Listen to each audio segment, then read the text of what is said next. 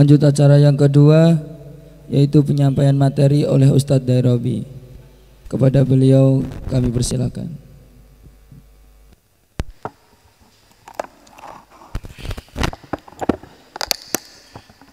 Assalamualaikum warahmatullahi wabarakatuh. Bismillahirrahmanirrahim. Alhamdulillahi rabbil alamin. Wassalatu wassalamu ala sayyidina Muhammadin wa ala alihi wa sahbihi ajma'in. Amma ba'd. Bismillahirrahmanirrahim. Babu hifdzi sirri. Bab tentang menjaga rahasia. Menjaga rahasia maksudnya adalah menyimpan rahasia. Qala Allah Ta'ala wa'ufu bil ahdi innal ahda kana mas'ula. Allah berfirman wa'ufu bil ahdi, tepatilah janji, sesungguhnya janji kana mas'ula itu akan dimintai pertanggungjawaban, akan ditanya kelak di akhirat. Janji itu adalah kata yang umum, termasuk bagian dari janji adalah rahasia. Ketika kita menerima sebuah rahasia, itu artinya kita berjanji untuk tidak menyebarkannya atau tidak menyampaikannya kepada orang lain. Sehingga Al-Imam An-Nawawi dalam kitab Riyadhus Shalihin ini memasukkan ayat wa'ufu bil ahdi innal ahda kana mas'ula itu di dalam bab hifdzus sirri, di dalam bab menjaga rahasia. Karena rahasia itu termasuk jenis dari janji, termasuk bagian dari janji. Jadi apa itu rahasia? Orang Arab menyebut rahasia itu dengan kata sir. Sir itu artinya suatu yang tersembunyi, suatu yang samar, suatu yang tidak tampak. Itu sir. Karena rahasia itu adalah suatu yang dituntut untuk disembunyikan. Dalam kapan sesuatu itu bisa menjadi rahasia? Status sebuah berita itu bisa menjadi rahasia jika hal itu dinyatakan oleh pemiliknya sebagai rahasia, oleh orang yang menyampaikannya sebagai rahasia. Namun demikian, kalau misalnya ada sebuah berita yang pemiliknya tidak menyatakan bahwa itu rahasia, apakah kemudian itu menjadi rahasia? Itu tergantung apa isi dari beritanya dan bagaimana konteksnya. Rasulullah SAW menyatakan, kalau ada orang bercerita kepadamu sambil menoleh ke kanan dan kiri, fahuwa amanah, maka berarti cerita itu adalah amanah. Jadi ada orang bercerita kepada kita sambil berbisik-bisik, maka berarti cerita itu adalah amanah. Atau sambil menoleh kanan kiri khawatir ada orang lain, maka cerita itu adalah amanah. Apa yang dimaksud dengan amanah? Yang dimaksud dengan amanah itu adalah rahasia. Cerita itu menjadi rahasia. Jadi sebuah berita itu menjadi rahasia itu bukan hanya karena pemiliknya menyatakan bahwa ini rahasia, tapi juga bisa karena adanya qarinah, indikator atau indikasi-indikasi yang menunjukkan bahwa itu rahasia. Itu yang pertama. Yang kedua, Sebuah berita bisa menjadi rahasia juga karena pertimbangan apa dampak dan efek dari berita tersebut jika disampaikan kepada orang lain.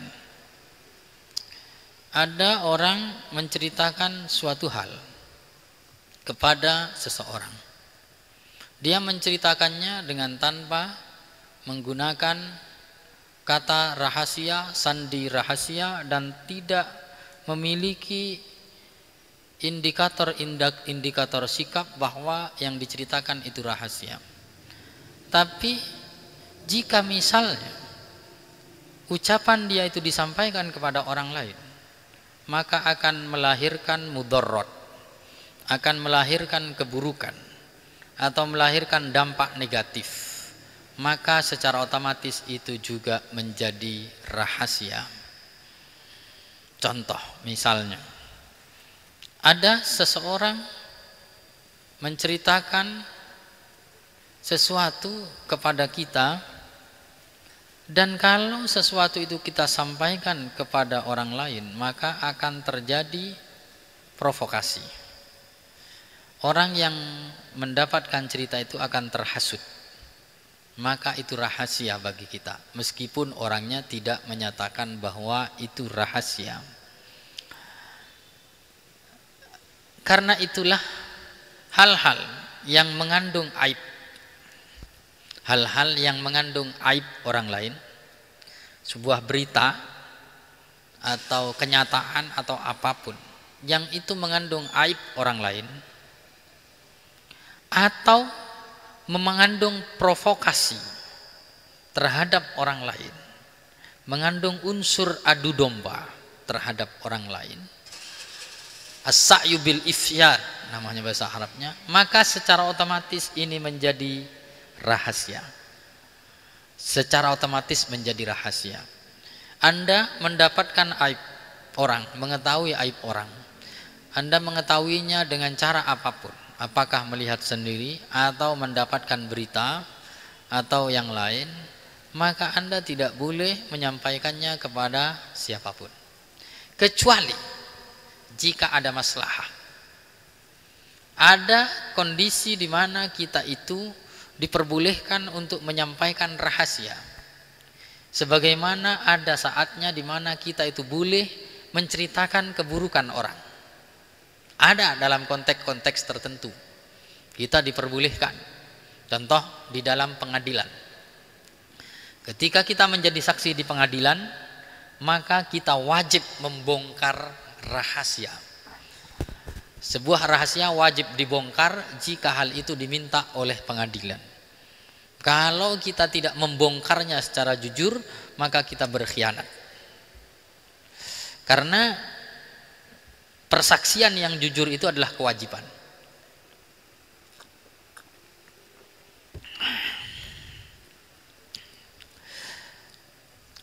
Nah, maka sebuah keburukan, aib atau keburukan itu rahasia. Apakah aib atau keburukan itu adalah milik kita sendiri atau milik orang lain? Itu menjadi rahasia. Sampean tidak boleh menceritakan keburukan sampean kepada orang lain, itu tidak boleh. Ada orang yang kadang merasa bahwa menceritakan keburukan diri itu termasuk bagian dari kerendahan hati. Itu salah total. Menceritakan keburukan diri itu justru membongkar aib atau menceritakan, membuka sebuah rahasia. Tapi seperti saya nyatakan tadi, kadangkala ada kondisi di mana kita diperbolehkan untuk menyampaikan rahasia itu, termasuk menyampaikan aib kita, termasuk menyampaikan, menceritakan tentang keburukan kita. Salah satu contoh ketika kita sedang bertanya tentang hukum, sedang meminta fatwa, dan fatwa itu tidak bisa dijawab dengan benar jika kita tidak menceritakan kejadian yang sesungguhnya, maka kita diperbolehkan. Nah, ini adalah rahasia. Jadi rahasia itu banyak macamnya. Apapun yang sesuatu berita, ucapan itu ada berita, ada yang bukan non berita. Tidak tahu kalau dalam bahasa Indonesia apa. Dalam bahasa Arabnya disebut sebuah kalam itu ada kalam khobar, ada kalam insya. Ada kalam yang disebut dengan berita, ada ucapan yang itu bukan berita. Kalau yang berita itu ada yang rahasia, ada yang tidak. Berita itu ada yang rahasia, ada yang tidak. Kalau yang bukan berita, aturan contohnya atau perintah dan semacamnya, itu secara umum tidak ada yang rahasia. Kalau syariatnya, syariat itu tidak ada yang rahasia. Kalaupun misalnya ada sebuah perintah atau sebuah syariat yang dirahasiakan, itu karena melihat konteks orangnya. Karena kalau perintah ini, hukum ini jatuh kepada orang, itu kemudian menyebabkan kesalahpahaman. Itu maka bisa menjadi rahasia.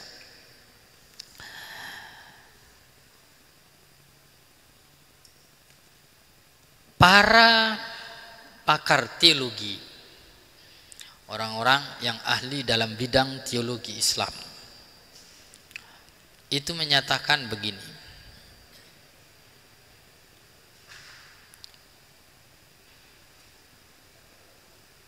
ajaran agama yang diterima oleh Rasulullah itu harus disampaikan seluruhnya kalau itu berbentuk syariat. Kalau ajaran itu berupa syariat, maka Rasulullah harus menyampaikan kepada umat. Karena itu Rasulullah memiliki sifat tabligh, sifat wajib berupa tabligh. Tabligh itu apa? Menyampaikan. Menyampaikan apa? Menyampaikan sesuatu yang diperintahkan untuk disampaikan kepada umat. Itu Rasulullah wajib. Tugas utama Rasulullah adalah tabligh. Tugas utama para nabi itu adalah tabligh. Ada 3 sifat lain, sifat wajib lain dalam teologi Asy'ariyah. Ada sifat sidik, ada sifat amanah, ada sifat fatonah. Cerdas, jujur, amanah, dan cerdas. 3-tiganya ini adalah sifat pendukung dari sifat tabligh. 3-tiganya itu adalah sifat pendukung dari sifat tabligh. Kenapa Nabi itu harus jujur? Karena Nabi harus tabligh. Karena kalau Nabi tidak jujur, tablighnya tidak dipercaya orang. Sekali kamu berdusta, maka 1000 kejujuran akan diragukan. Ya. Kenapa Nabi itu harus amanah? Amanah itu berarti, apa maksud dari amanah? Maksud dari amanah itu adalah jujur perbuatannya. Kalau sidik itu jujur perkataannya. Jujur perbuatannya itu bagaimana? Ya tidak melanggar. Orang baik, tidak melanggar ajaran yang dibawanya. Kenapa Nabi harus amanah? Karena Nabi harus tabligh. Ketika Nabi menyampaikan tapi Nabi tidak amanah, tidak melakukan yang beliau sampaikan, maka penyampaian Nabi akan jadi hambar. Karena bagaimanapun manusia itu akan melihat siapa yang menyampaikan. Idealnya kita itu melihat sesuatu itu isi yang disampaikan, bukan melihat orang yang menyampaikan. Idealnya begitu. Tapi secara psikologis manusia tidak bisa begitu. Bahwa secara psikologis manusia, orang yang menyampaikan itu sangat berpengaruh terhadap mantapnya sesuatu yang disampaikan. Maka karena itulah wajib Nabi itu amanah. Yang ketiga, Nabi itu wajib fatonah. Kenapa Nabi wajib fatonah? Cerdas. Karena tidak mungkin melakukan tabligh dengan baik kalau Nabi tidak cerdas, tidak memiliki daya faham yang kuat, itu tidak mungkin. Dan tidak memiliki daya ingat yang kuat, itu tidak mungkin melakukan tabligh secara sempurna. Dan Nabi ini menyampaikan, punya sifat menyampaikan. maka mustahil ada sesuatu yang disembunyikan oleh Nabi kalau sesuatu itu berupa ajaran agama yang diperintahkan untuk disampaikan oleh Allah, atau sesuatu itu berupa wahyu Al-Quran. Maka tidak ada ceritanya Nabi itu merahasiakan wahyu.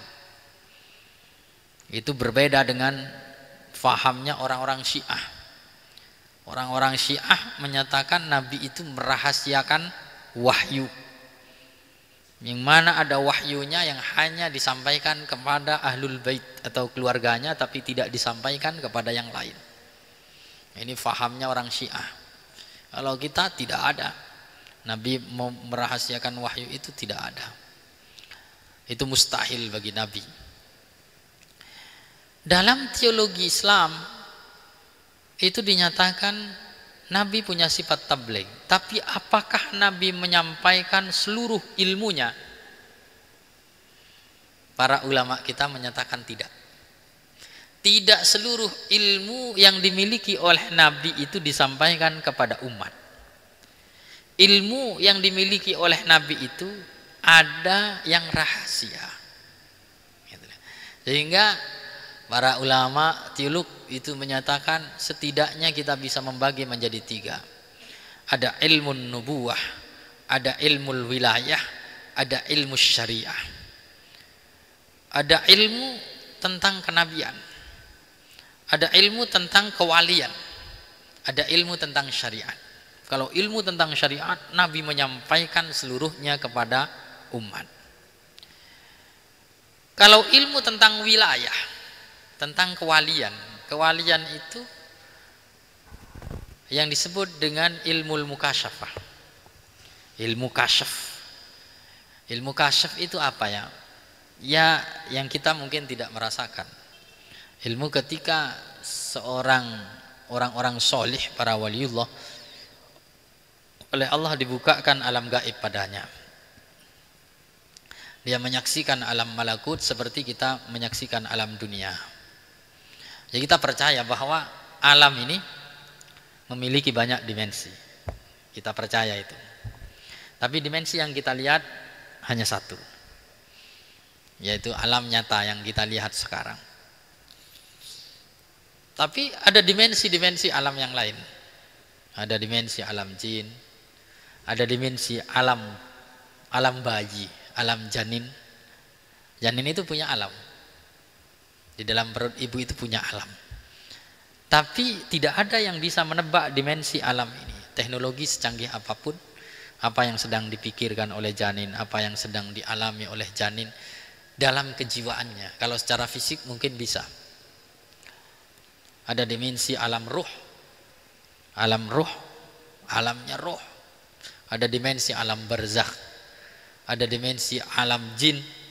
Ada dimensi alam malakut, alamnya malaikat. Ini dimensi alam yang berbeda-beda. Dan kita meyakini itu. Kita harus meyakini itu. Kita harus percaya dengan itu walaupun kita tidak melihatnya. Lah, ada orang yang diberi ilmu kasyf oleh Allah. Itu para wali. Yang mana para wali ini dilarang menyampaikan ilmu kasyf. Apa yang dilihat di alam malakut itu tidak boleh disampaikan kepada orang. Apa yang dia alami di alam malakut tidak boleh disampaikan pada orang. Tidak boleh. Imam Ghazali sampai menyatakan dalam Ihya itu termasuk sir, termasuk rahasia yang kalau oleh si wali itu disampaikan pada orang bisa menyebabkan dia kafir. Halal damuhu, halal dibunuh. Ketika ada waliullah kemudian menyampaikan alamus sir, rahasia-rahasia yang diberikan oleh Allah kepadanya di dalam alam malakut, maka halal damuhu, dia halal dibunuh. Sehingga ada beberapa orang yang dalam kisah itu dibunuh ya. Ada beberapa sufi yang dalam kisah-kisah itu dibunuh. Nah, ini namanya ilmu wilayah. Rasulullah menyampaikan ilmu wilayah itu kepada beberapa sahabat dan tidak menyampaikannya pada sahabat yang lain. Ada sahabat yang disebut dengan sahibu sirri Rasul, pemegang rahasia Rasulullah. Siapa? Sahabat Hudzaifah bin Al-Yaman. Sahabat Hudzaifah bin Al-Yaman itu memiliki julukan sahibu sirri Rasulillah, pemegang rahasia Rasulullah. Apa maksudnya pemegang rahasia Rasulullah? Bukan seperti kita. Kalau kita, dia pemegang rahasia saya, artinya dia mengetahui kelemahan-kelemahan kita. Apa sahabat Hudzaifah bin Al-Yaman? Bukan yang dimaksud dengan sahibu sirri Rasul, pemilik rahasia Rasulullah. Bukan dia melihat kelemahan Rasul. Rasulullah tidak punya kelemahan sebagai manusia ya. Jadi beliau adalah manusia yang sempurna. Maksudnya adalah Rasulullah seringkali menyampaikan sesuatu kepada Hudzaifah bin Al-Yaman di mana hal itu tidak boleh menjadi konsumsi publik. Apa itu? Berita-berita tentang orang munafik. Rasulullah menyampaikan kepada Hudzaifah bin Al-Yaman siapa yang munafik, siapa yang tidak. Tapi tidak boleh disampaikan kepada siapapun. Kepada siapa? Termasuk hatta kepada Sayyidina Umar bin Khattab. Hudzaifah bin Al-Yaman tidak mau menyampaikannya. Hatta kepada Sayyidina Abu Bakar As-Siddiq, Hudzaifah bin Al-Yaman tidak menyampaikannya. Kenapa? Karena orang itu senyampang masih mengucapkan kalimat syahadat dan tidak ada hal-hal yang menyebabkan dia murtad secara zahir, maka dia dianggap Islam. Maka orang munafik itu harus diperlakukan sama dengan orang Islam.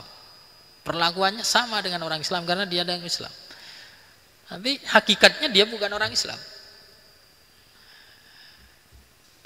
Sahabat Abu Hurairah radhiyallahu an menyatakan Rasulullah sallallahu alaihi wasallam mengajari aku wi'aini minal ilm. Dua wadah, dua macam ilmu. Ilmu yang pertama, laqad basastuhu ilaikum. Sudah aku sampaikan kepada kalian semuanya. Tapi ilmu yang kedua, kalau aku sampaikan kepada kalian laqata'tum hadhil hulqum, maka kalian akan menggorok leherku. Yang kedua, jika aku sampaikan pada kalian, maka kalian akan menggorok leherku. Ini adalah sir.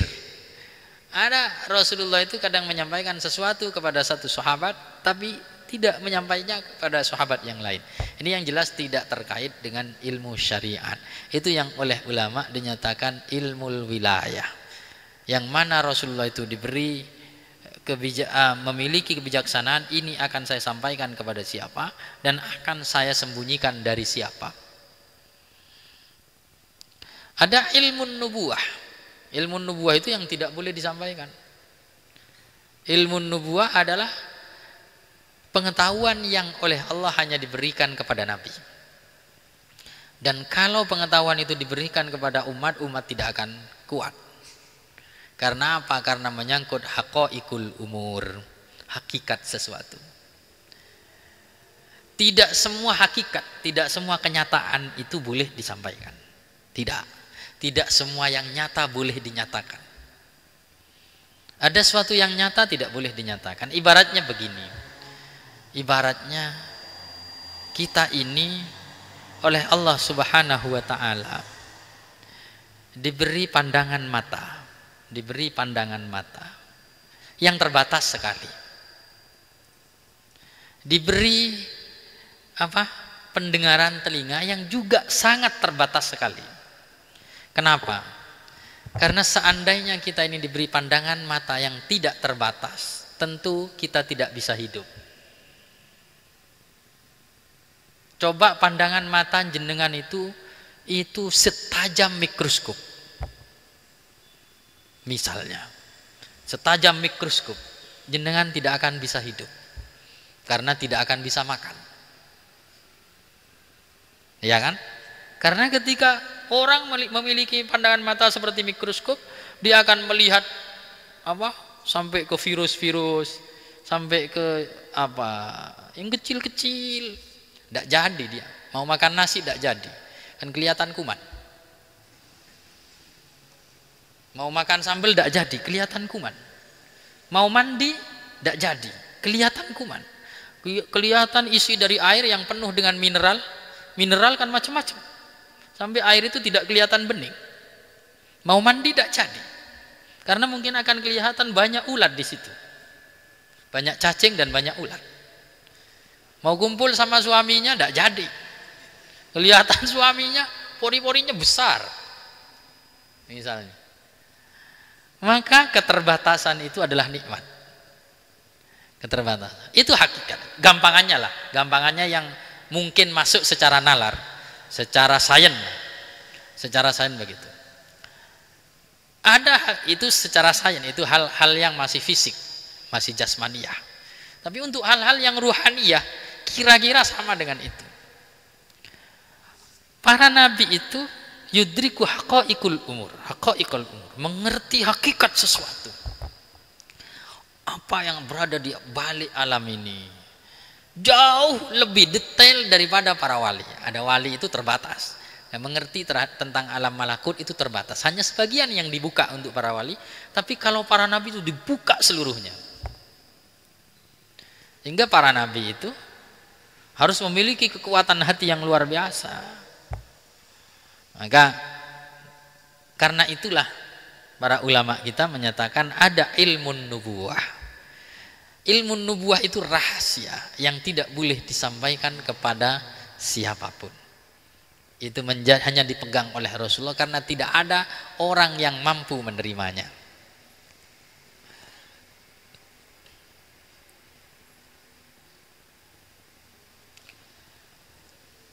Ada sebuah cerita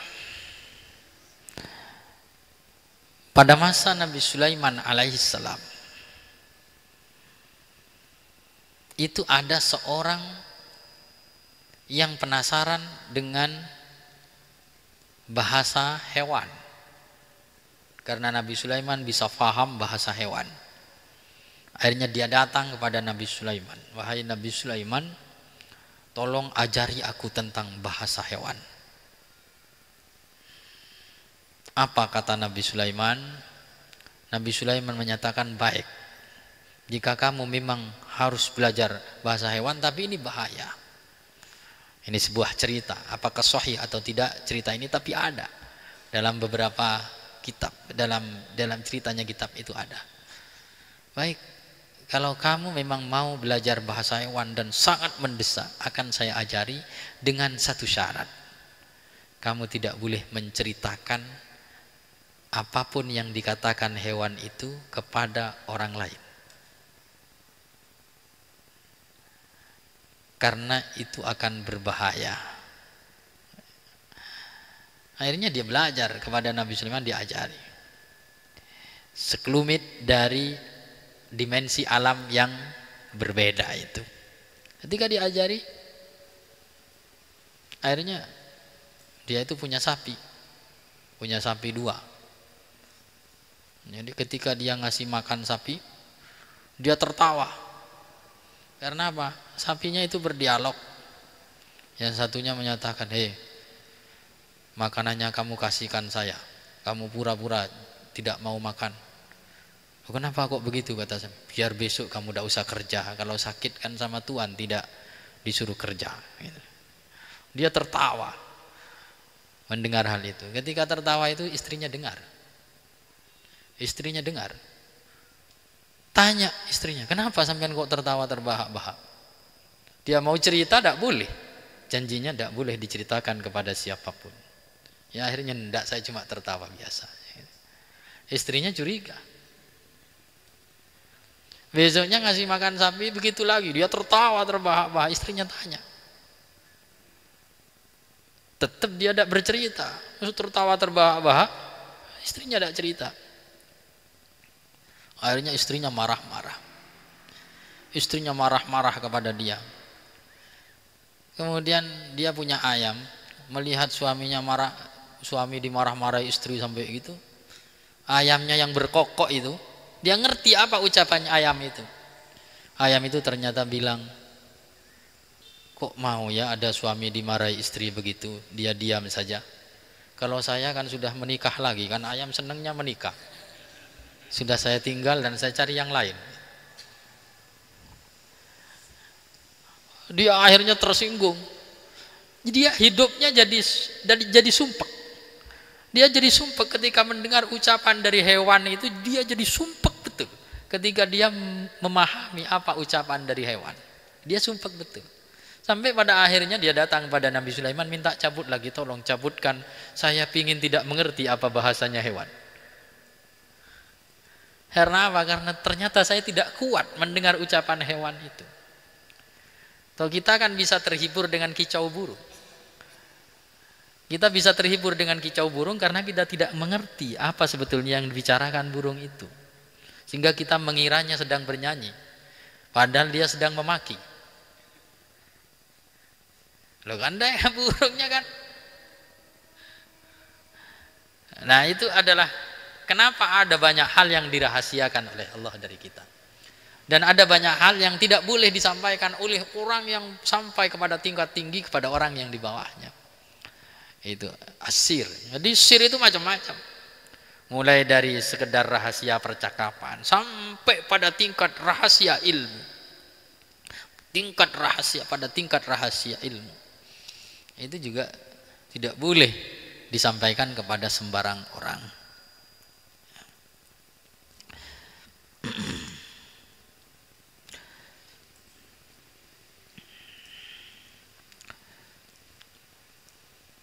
An Abi Sa'id Al-Khudri, dari sahabat Abu Sa'id Al-Khudri radhiyallahu anhu, qala Rasulullah sallallahu alaihi wasallam.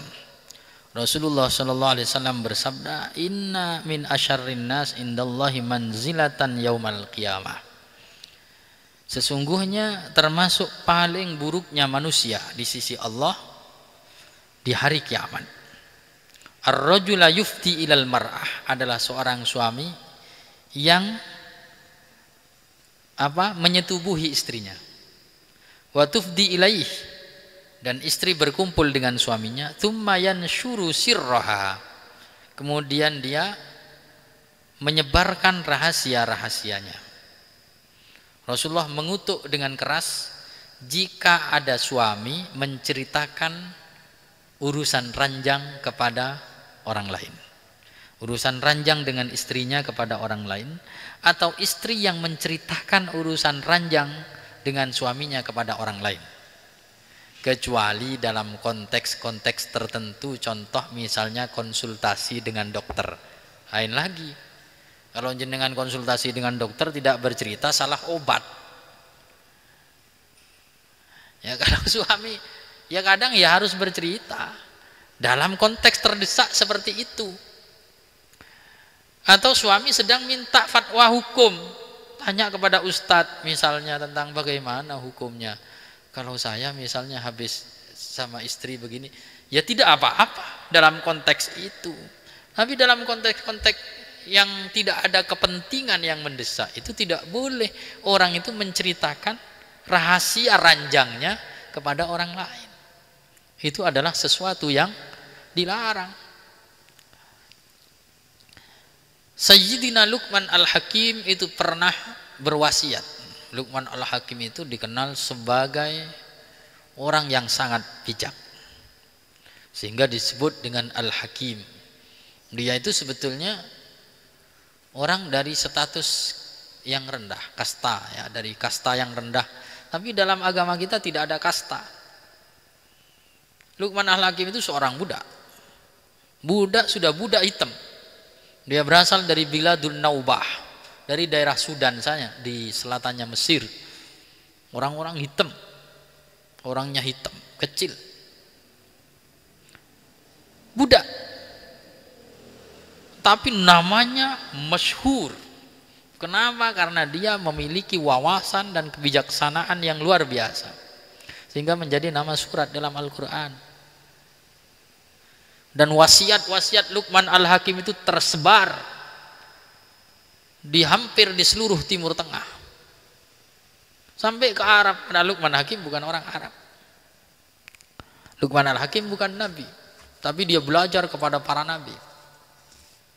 Luqman Al-Hakim itu pernah berpesan kepada anaknya, "Ya bunayya, la tujami imra'ataka amaman nas." wahai anakku, janganlah sekali-kali engkau menyetubuhi istrimu di hadapan orang lain. Apa kata anaknya? Wahai ayah, apakah saya sudah gila akan melakukan perbuatan itu? Apa kata Luqman Al-Hakim? Maksudku bukan kau melakukan perbuatan seperti itu, tapi maksudku jika engkau menceritakan tentang fisik istrimu kepada orang lain, atau tentang bagaimana hubungan seksualmu dengan istrimu kepada orang lain, maka sama dengan engkau melakukan persetubuhan di hadapan orang banyak. Loh, sekarang orang itu sudah tidak malu bicara masalah urusan-urusan seperti itu sudah tidak malu. Bahkan kadang menjadi komoditi orang ceramah. Betapa banyak para penceramah yang menjadikan urusan seksualitas itu sebagai komoditi agar dia itu laku. Itu banyak. Dan itu bertentangan dengan prinsip-prinsip keagamaan. Rasulullah melarang itu. Rahasia dalam rumah tangga itu ada banyak rahasia. Dalam rumah tangga itu banyak rahasia.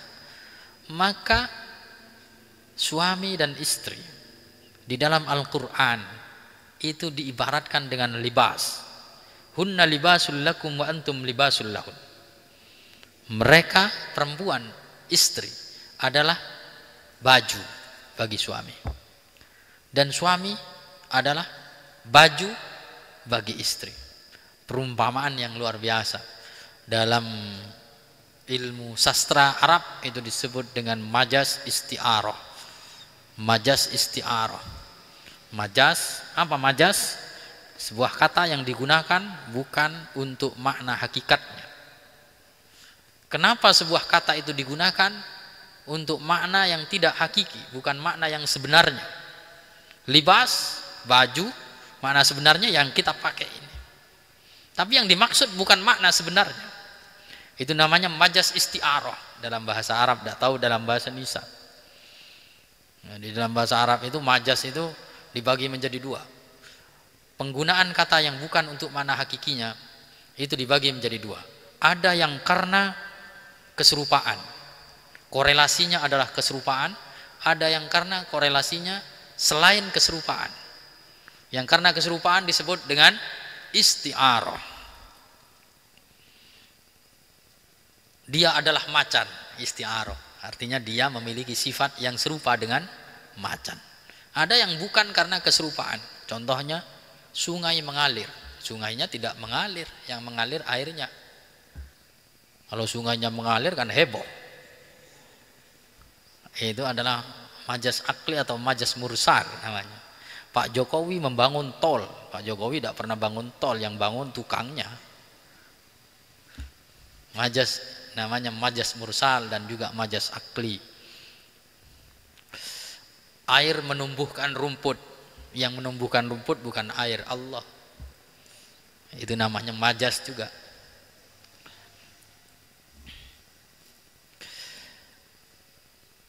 Nah, saya nerangkan apa tadi? Unna libasul lakum wa antum libasul lahun. Wanita, istri adalah pakaian bagi suami. Suami adalah pakaian bagi istri. Kenapa yang dipakai adalah pakaian? Karena pakaian ini fungsinya banyak. Dan itu cocok untuk istri. Dan cocok untuk suami.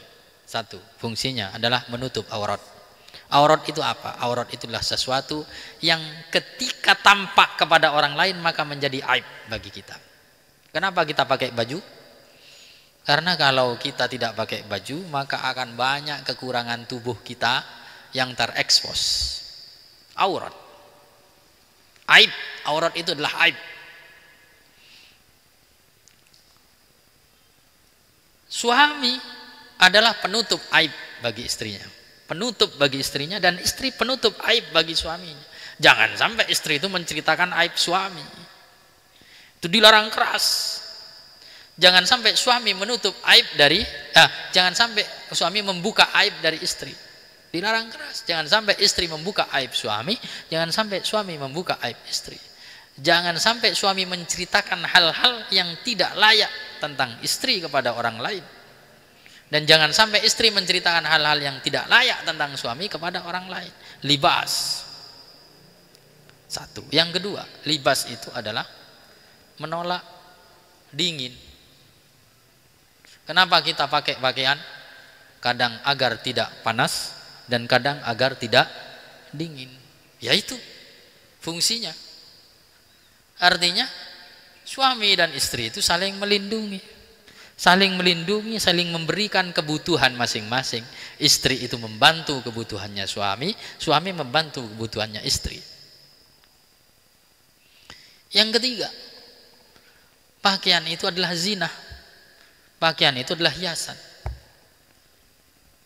Jangan sampai istri itu justru menjadi wajah buruk dari suami, dan jangan sampai suami itu menjadi wajah buruk dari istri.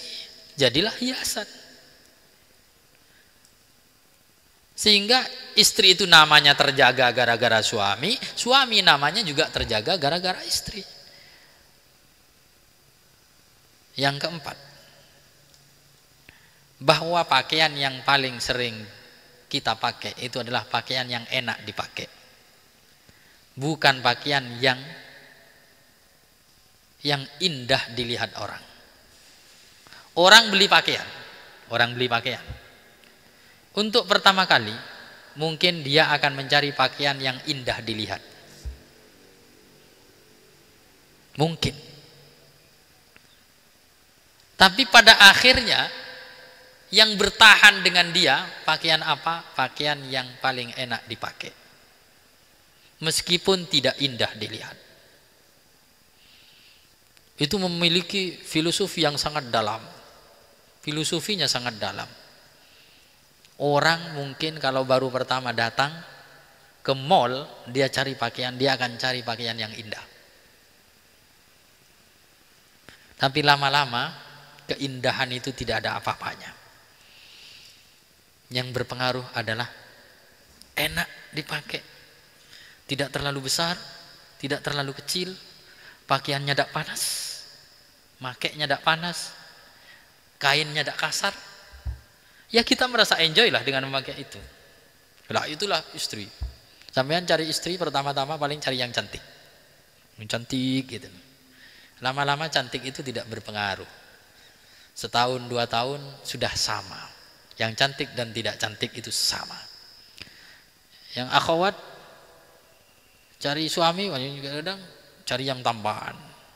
Pada akhirnya tampan itu tidak ada apa-apanya. Pada akhirnya sama saja. Pada akhirnya. Kalau urusan bosen ya sama bosennya. Mau punya istri secantik apapun ya akan bosen juga. Orang itu makan sate itu enak kan karena jarang. Iya. Kalau sampean makan sate setiap hari lebih enak makan tahu. Iya. Saya makan sate 2 kali 3 kali sudah blenger katanya. Blenger. Kalau makan tahu setiap hari enggak ini. Ya terasa enak, kenapa? Karena jarang itu aja. Kalau sama-sama setiap hari, ya lebih enak tempe, lebih enak tahu. Ya orang begitu juga. Orang itu kalau punya istri misalnya kelihatan cantik kayak artis, pakaiannya bedaknya macam-macam. Yo ya mungkin pertamanya toh. Untuk kesan pertamanya saja sepertinya indah, lama-lama jauh lebih membosankan. Siapa yang mau ngurus istri? Kerjanya dandan terus, keluar sana dandan, keluar sini dandan. Wah, siapa yang kuat punya istri seperti itu?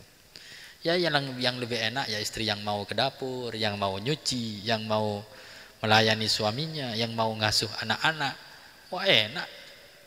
Istri yang mau nerima, yang qanaah, apapun hasil dari suaminya dia terima, itu enak, dipakai enak.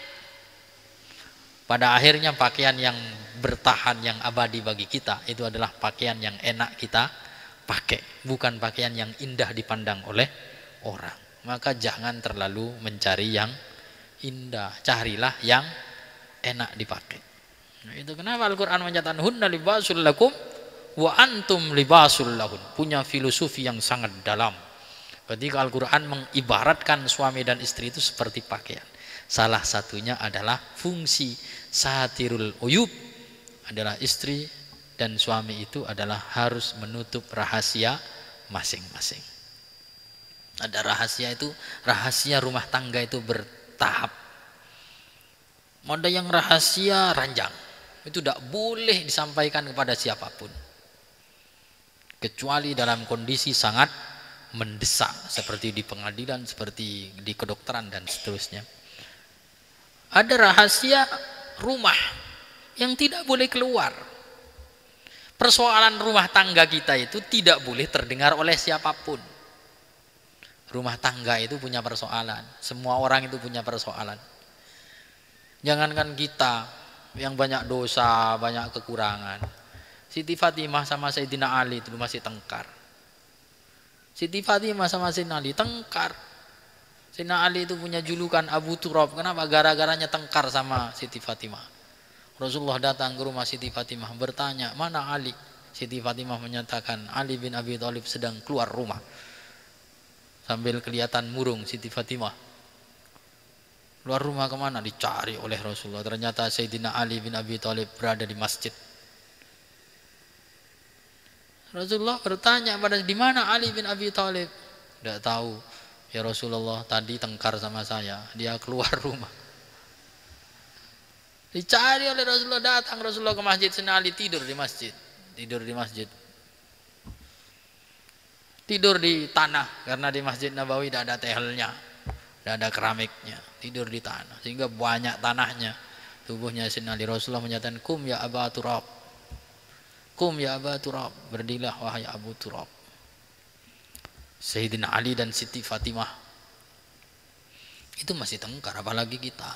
Yang terpenting bahwa persoalan rumah tangga itu jangan terekspos kepada orang. Itu yang terpenting. Kenapa? Karena suami dan istri itu sama dengan anak kecil kalau tengkar. Suami dan istri itu kalau tengkar itu sama dengan anak kecil.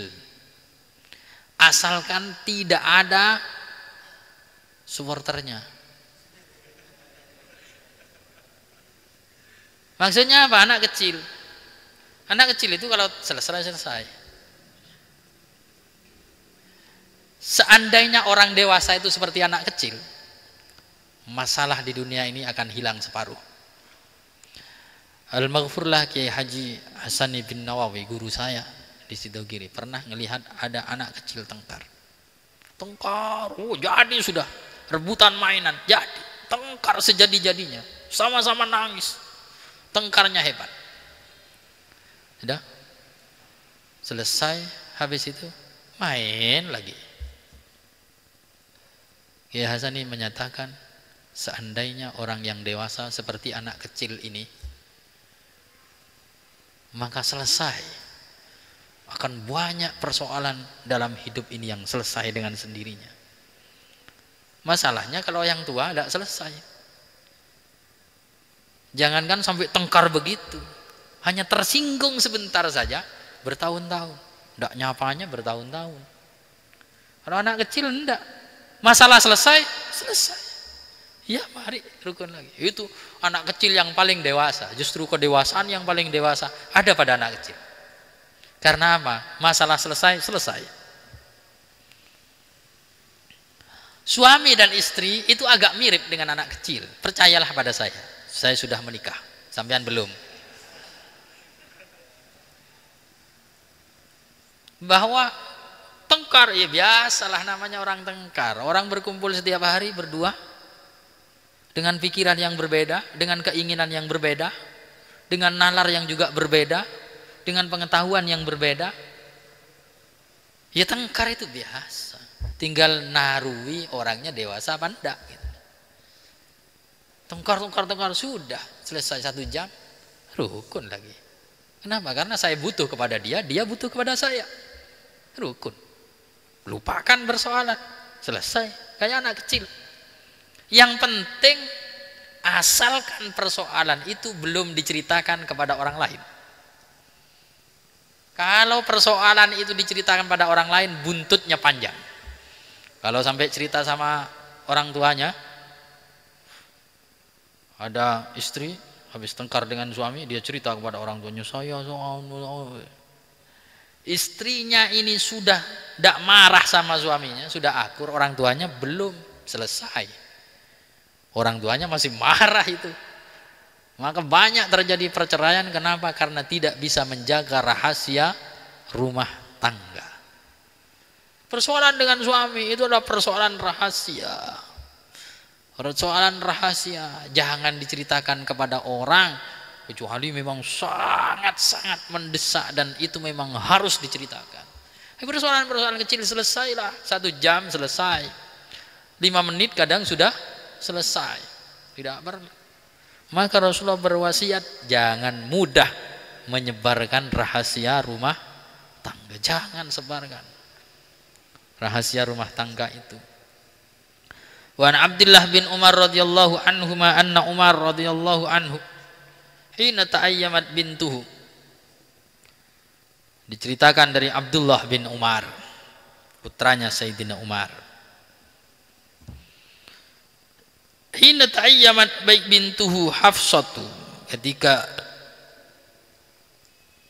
putrinya Sayyidina Umar, Sayyidah Hafsah ini menjanda karena suaminya wafat. Sayyidah Hafsah suaminya wafat di perang Uhud.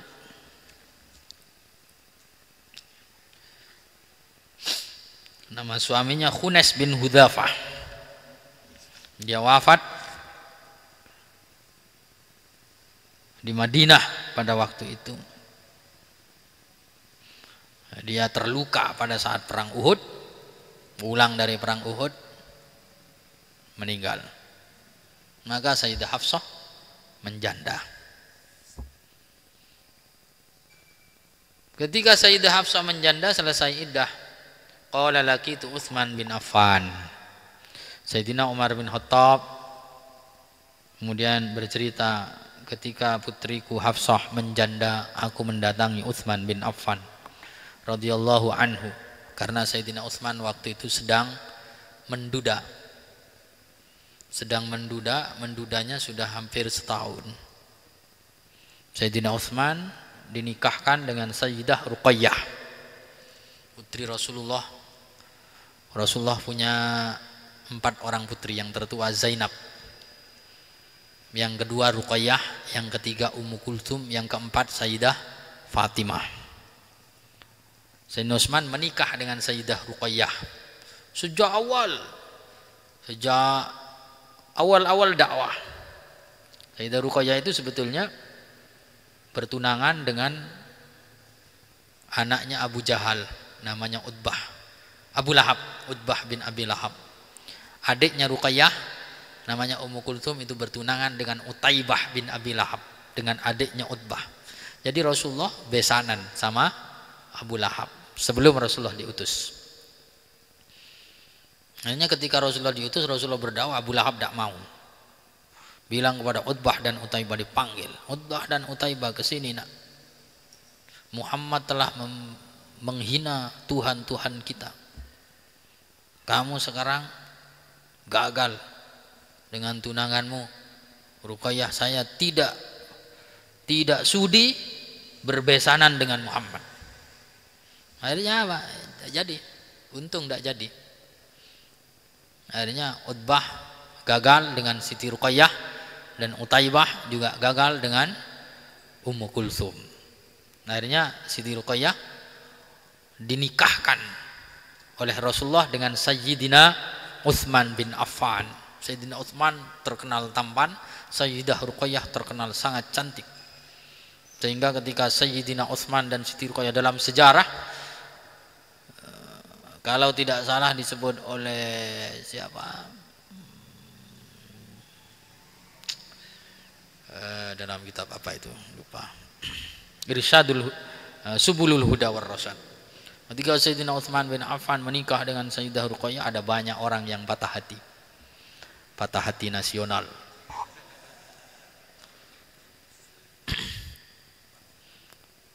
Jadi 13 tahun Sayyidina Utsman menikah dengan Sayyidah Khadijah. Sayyidah Ruqayyah.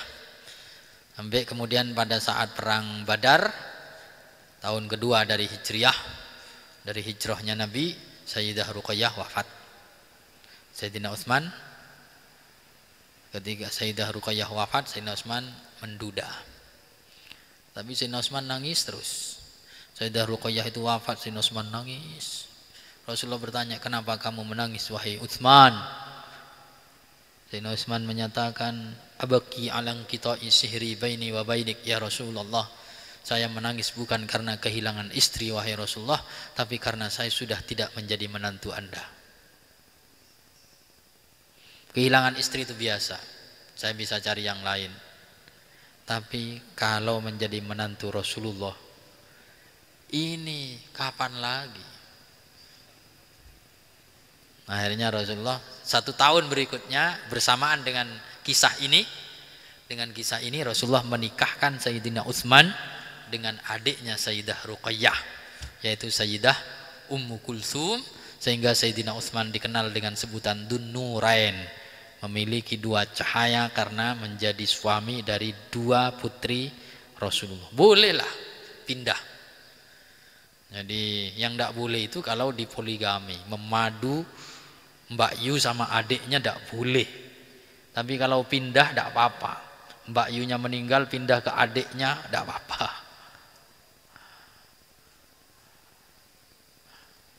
Pindah ke bibiknya tidak apa-apa.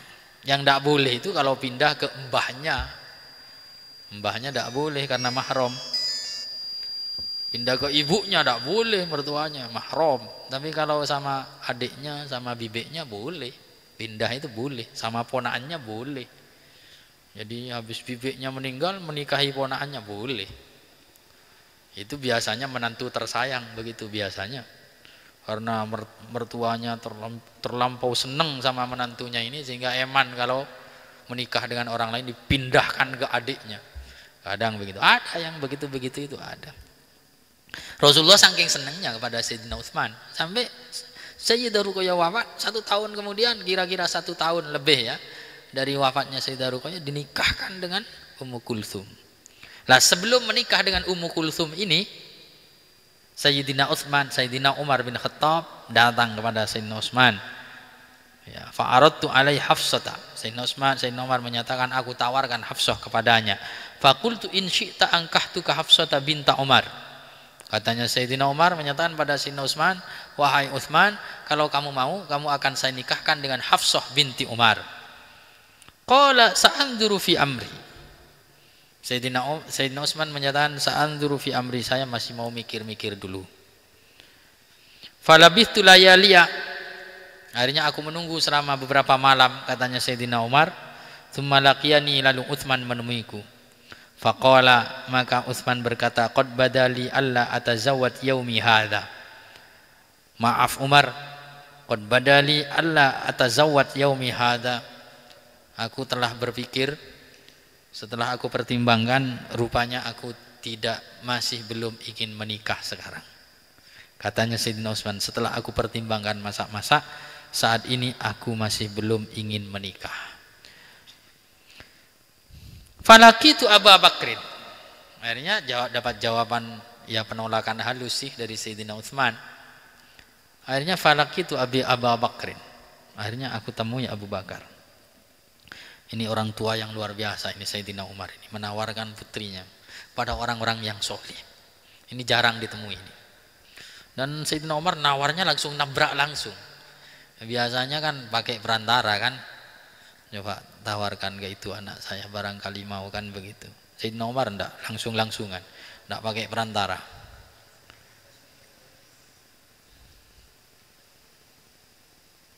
Ya bolehlah begitu, itu langsung-langsungan itu boleh. Tapi yang lebih bagus ya kalau perempuan ya langsung pakai perantara aja, jangan nabrak-nabrak langsung. Yang sesuai dengan tradisi sekarang lah. Falakitu Abu Bakrin As-Siddiq. Akhirnya aku temui Abu Bakar As-Siddiq. Faqultu in syi'ta ankahtuka Hafsata binta Umar. Sayyidina Abu Bakar sudah punya istri.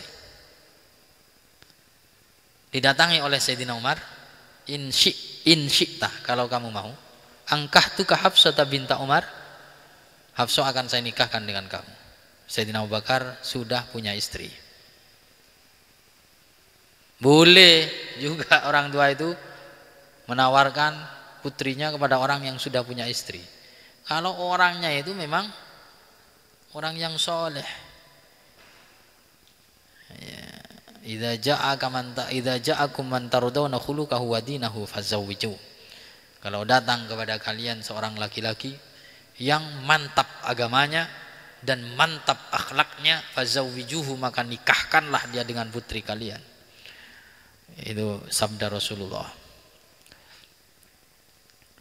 Fasomata Abu Bakar, Abu Bakar tidak jawab. Abu Bakar tidak jawab. Ketika Sayyidina Umar menyatakan, kalau kamu mau saya nikahkan Hafsah dengan kamu, Abu Bakar tidak jawab. Falam yarji ilaiha syai'a, dia tidak memberikan jawaban sepatah kata pun. Fakuntu alaihi aujada minni ala Utsman, maka aku menjadi sangat tersinggung. Aku lebih tersinggung daripada ucapan Utsman bin Affan. Sayyidina Abu Bakar tidak mau menjawab, tidak menjawab sepatah kata pun. Sayyidina Umar tersinggung, perasaan. Sudah ditolak oleh Utsman bin Affan, Sayyidina Umar ya perasaan tapi tidak seberapa. Tapi ketika datang sama Sayyidina Abu Bakar menawarkan, yang mau menawarkan itu orang tua kan sudah berat. Ternyata Sayyidina Abu Bakar tidak menjawab sepatah kata pun. Sayyidina Umar tersinggung. Tersinggung dan perasaan. Sudah. Falabistu layaliya. Kemudian setelah itu aku diam selama beberapa hari. Tsumma khatabahan Nabi sallallahu alaihi wasallam, kemudian Nabi datang. Menurut satu riwayat Sayyidina Umar melaporkan kepada Rasulullah tentang dua sahabatnya itu. Menurut sebagian riwayat yang lain. Kemudian Rasulullah melamar Hafsah. Fa'angkahtuha iyah, maka aku nikahkan Hafsah dengan Rasulullah. Falaqiyani Abu Bakrin.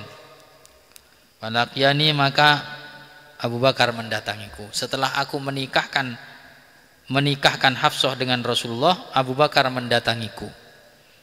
Faqala la'allaka wajadta alayya hina aradta alayya Hafsata falam arji ilaika syai'a. Sayyidina Abu Bakar datang kepada Sayyidina Umar dan menyatakan, mungkin kamu marah kepadaku gara-gara aku tidak menjawab sepatah kata pun ketika kamu menawarkan Hafsah kepadaku. Aku tahu kamu itu sangat marah kepadaku pada saat aku tidak menjawab sepatah kata pun ketika engkau menawarkan Hafsah kepadaku. Fakultu, Sayyidina Umar berkata, na'am, iya. Iya. Qala fa innahu lam yamna'ni an arji'a ilaika fima aradta alayya. Illa anni kuntu alimtu anna an-nabiyya sallallahu alaihi wasallam dzakaraha.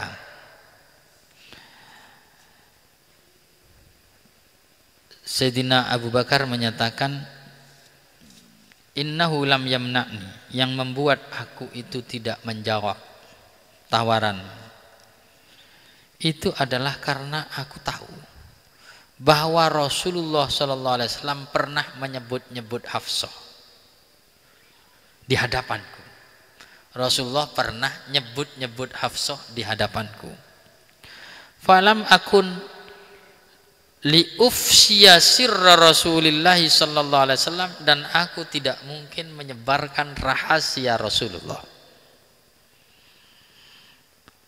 Walau tarokahan nabiyyu laqabiltuha, seandainya Nabi tidak menikahi Hafsah maka aku yang akan menikahinya. Ini bagaimana Sayyidina Abu Bakar luar biasa memegang rahasia Rasulullah. Ketika Rasulullah ngerasani Hafsah, bukan ngerasani nyebut-nyebut Hafsah di hadapan Abu Bakar. Rasulullah mungkin menyatakan Hafsah itu rupanya janda ya. Sayyidina Abu Bakar menangkap bahwa Rasulullah rupanya punya maksud untuk menikahi Sayyidah Hafsah. Tapi karena Rasulullah menyampaikannya itu ketika berduaan dengan Abu Bakar, maka Abu Bakar tidak menceritakan hal ini kepada siapapun, termasuk kepada Sayyidina Umar, termasuk dalam kondisi sebetulnya waktu itu Sayyidina Abu Bakar sedang tersudut. Sayyidina Abu Bakar tidak bercerita pada Sayyidina Umar. Seandainya Sayyidina Abu Bakar bercerita pada Sayyidina Umar, mungkin kalau Sayyidina Abu Bakar ambil kepentingannya sendiri, Sayyidina Abu Bakar akan bercerita, karena merasa tidak enak kepada Sayyidina Umar untuk tidak menjawab. Menjawab iya ada enak, menjawab tidak juga tidak enak. Kalau menjawab iya, beliau menyatakan ini pernah disebut Rasulullah. Kalau menjawab tidak, khawatirnya nanti Rasulullah tidak jadi. Kalau tidak jadi, Sayyidina Abu Bakar bermaksud mempersenting Hafsah. Kemudian juga mau menjawab secara terus terang bahwa mau menjawab tidak bisa, mau menjawab iya tidak bisa, karena harus mengutarakan alasannya. Sementara untuk mengutarakan alasan itu adalah rahasia, karena apa? Rasulullah menyampaikan itu di hadapan Sayyidina Abu Bakar sendirian. Maka Sayyidina Abu Bakar tidak mudah menyampaikan apa yang dibicarakan, yang disampaikan oleh Rasulullah kepada beliau. Jadi filternya kuat sekali, apa yang bisa saya sampaikan, apa yang tidak. Beliau itu memfilter sendiri. Meskipun Rasulullah tidak menyatakan ini rahasia. Nah, ini yang saya katakan tadi.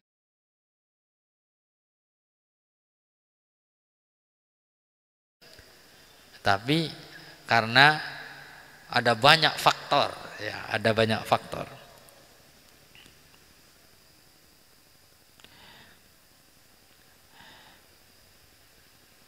Kemudian ada pertanyaan, masih ada waktunya. Ya, saya jawab. Apa hukumnya jika terpaksa memberitahu rahasia orang lain karena takut salah paham? Nah, ini kan kembali ke yang tadi, tuntunannya bagaimana? Sayyidina Abu Bakar juga mengalami hal yang seperti ditanyakan ini. Seperti ditanyakan ini. Kalau Sayyidina Abu Bakar memilih tidak menyampaikannya. Jadi minimal menunggu waktu, apakah saya perlu menyampaikannya atau tidak. Sayyidina Abu Bakar. Ini Sayyidina Abu Bakar kan tadi kan khawatir Sayyidina Umar salah paham. Khawatir, dan Sayyidina Abu Bakar tahu bahwa Sayyidina Umar salah paham. Tapi Sayyidina Abu Bakar tetap ini rahasia Rasulullah. Tentu hal-hal semacam ini tidak bisa kita jawab secara mutlak. Ada konteks-konteks tertentu, ya. Tidak bisa dijawab secara mutlak pertanyaan seperti ini. Panduannya bahwa kita itu harus menyimpan rahasia, itu yang pertama. Yang kedua, kita juga harus menjaga maslahat. Apa kemaslahatannya? Maka pertimbangannya mana yang jauh lebih besar. Kalau umpama saya menyampaikan rahasia ini, kira-kira akibatnya apa? Kalau tidak saya sampaikan, akibatnya apa? Itu juga masuk pada pertimbangan. Pertanyaan semacam ini tidak bisa kita jawab mutlak iya atau tidak, tidak bisa hitam putih. Itu ngelihat apa, latar belakangnya apa, akibatnya apa. Maka kembali kepada kenyataannya bagaimana dan pertimbangan untung ruginya apa. Ya. Baik. Kemudian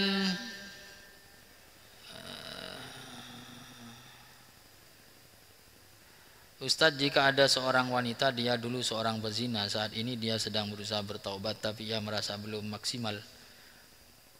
Dulu dia menceritakan aib tersebut pada sahabat-sahabatnya karena sejak awal dia lelah dan bingung bagaimana cara berhentinya. Jadi total ada 10 sahabat yang tahu. Apa benar Allah sangat murka karena dia cerita aib? Apa perlu diceritakan pada calon suami? Tidak perlu. Tidak perlu diceritakan kepada calon suaminya. Tidak boleh, ya. Jangan diceritakan kepada calon suaminya. Yang penting sudah taubat. Itu yang terpenting, bahwa dia betul-betul bertaubat. Yang terpenting itu saja, taubat. Dan kalau sudah terlanjur cerita, ya sudah, jangan diceritakan lagi. Jangan diceritakan lagi. Tidak boleh sebetulnya diceritakan itu. Kecuali dalam konteks dia itu minta hukuman. Dalam konteks minta hukuman. Itu pun dianjurkan tidak usah. Jadi pada masa Rasulullah itu ada orang yang bercerita bahwa dirinya berzina. Ma'is, seorang wanita yang sudah hamil, dia datang pada Rasulullah, Rasulullah, saya berzina, saya hamil ini karena berzina, saya mohon untuk dihukum rajam. Rasulullah masih nawar, barangkali kamu tidak berzina, barangkali kamu tidak berzina. Enggak Rasulullah, saya memang berzina. Enggak, barangkali kamu cuma bersentuhan aja. Enggak Rasulullah, saya memang berzina. Ditawar oleh Rasulullah. Sehingga dalam hukum fikih itu, kalau ada orang datang ke dalam hukum Islam kan, ketika dia mengaku zina sudah ditetapkan, maka hukumannya adalah hukum rajam. Dia dilempar sampai mati. Tapi itu dianjurkan untuk dicabut. Ketika dia ada orang mengaku, ya ada orang mengaku dia berzina, kemudian dia bilang enggak saya tidak berzina, maka selesai. Tidak ada hukuman untuknya. Boleh dicabut. Boleh dicabut. Kecuali kalau penetapan zina itu berdasarkan saksi. Jadi ada 4 orang saksi yang melihat secara langsung. Melihatnya juga harus secara langsung. Harus kelihatan betul. Kalau cuma kelihatan yang laki-laki ada di atasnya si perempuan, tidak boleh disampaikan. Dan melihatnya karena memang bukan karena tujuan apa, karena memang mau jadi saksi. Jadi syaratnya ketat.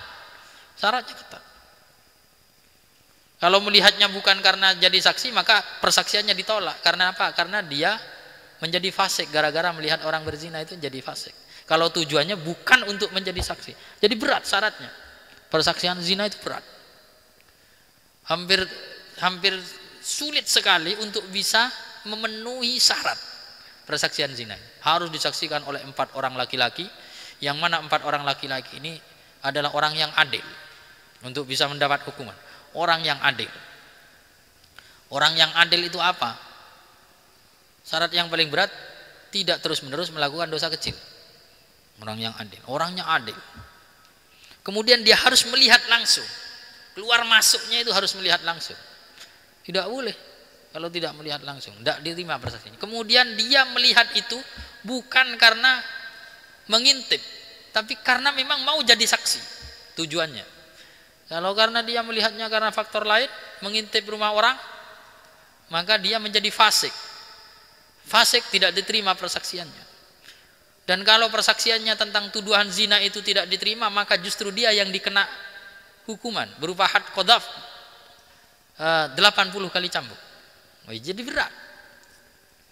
Persaksian zina itu berat. Maka ya jangan diceritakan kepada orang.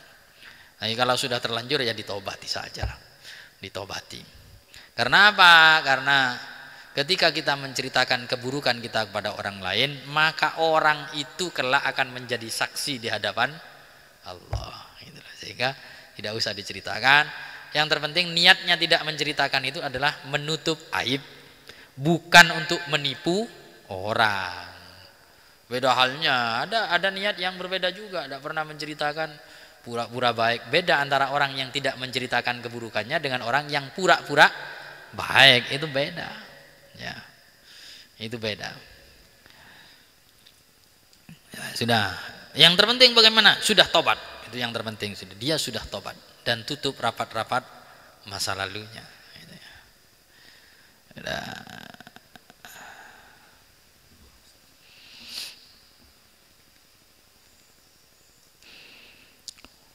Wa an Aisyah radhiyallahu anha qalat. Saya kira sudah dulu, ini ada pertanyaan belum dijawab. Besok kita jawab. Semoga bermanfaat. Wallahu a'lam bishawab. Assalamualaikum warahmatullahi wabarakatuh.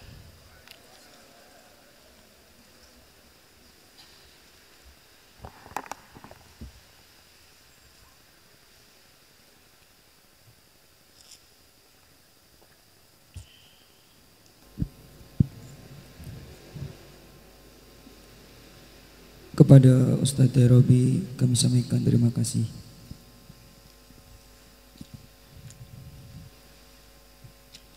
Tiba lagi-lagi di ujung acara. Alhamdulillahirrabbilalamin, acara pada sore hari ini telah selesai.